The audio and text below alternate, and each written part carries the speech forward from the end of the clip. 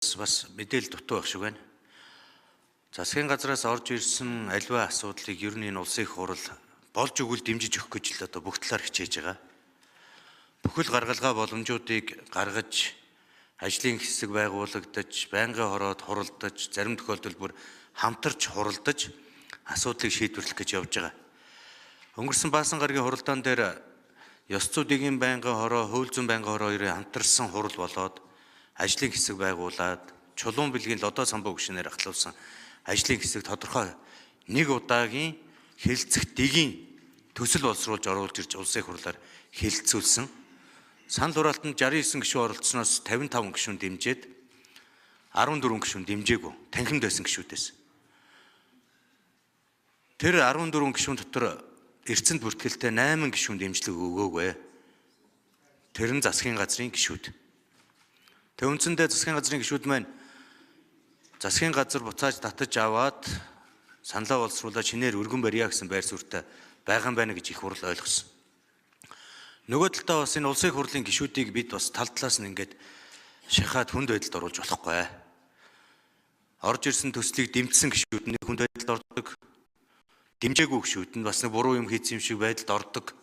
Энэ байдал бол ерөөсөө байж болохгүй. Хэн манлайлал үзүүлэх ёстой? Олон сонгогдсон гишүүд хэн манлайлал үзүүлэх ёстой? Засгийн газарт орж ажиллаж байгаа улсын их хурлын гишүүн сайд нар.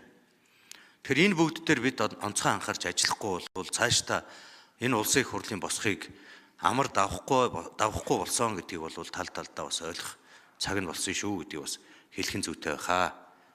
Өнөөдөр магадгүй би их олон үг хэлээд ээж магадгүй.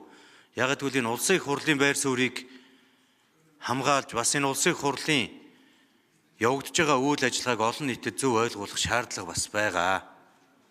Улсын их хурл чадамжгүй болцсон мэт улсын их хурл асуудлаа хэлцээ шийдвэрлэж чадахгүй байгаа мэт асуудалд хандаж болохгүй.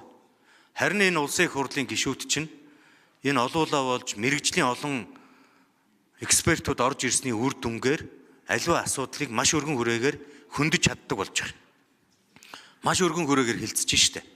Тэгээ энийг бол одоо бид их олон талаас нь харж зөв талыг нь дэмжиж мэдээж буруу зүйлээ байвал шүүмжилж явах хэрэгтэй. Харин нэг зүйлийг бид онцгой анхаарах хэрэгтэй.